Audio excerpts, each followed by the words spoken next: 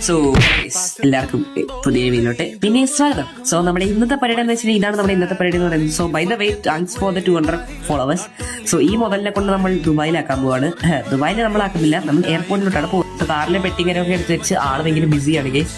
So ഇനി ഏകദേശം ഒരു 2.5 മണിക്കൂറത്തോളം ഉണ്ട് നമ്മുടെ എറണാകുളത്ത് നെടുമ്പാശ്ശേരി എയർപോർട്ടിൽ എത്താൻ. സോ അതുവരെ എന്റെ കുറച്ച് വീഡിയോ കാര്യങ്ങളൊക്കെ നിങ്ങൾ കണ്ടിരിക്കും. സോ എന്റെ മെയിൻ പരിപാടി എന്താ വെച്ച് കഴിഞ്ഞാൽ കാറിലിരിക്കുക, കുറച്ച് സ്നാക്സ് എടുത്തിട്ടുണ്ട്, അത് തിന്നുക, പിന്നെ മാറ്റി വെക്കുക, അടുത്തെടുക്കുക, അതും തിന്നുക, ദെൻ നെക്സ്റ്റ് എടുക്കുക, അതും തിന്നുക. അതായിരുന്നു എന്റെ പരിപാടി.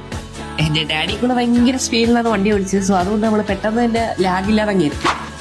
പിന്നെ കൊച്ചിയിലെ നൈറ്റ് എങ്ങനെയാണ് കാണാൻ നിങ്ങൾക്ക് പറഞ്ഞു തരേണ്ട ആവശ്യമില്ല, എല്ലാവർക്കും അറിയാതിരിക്കും. സോ നമ്മൾ കൊച്ചി ഇന്റർനാഷണൽ എയർപോർട്ടിന്റെ അവിടെയൊക്കെ എത്തി.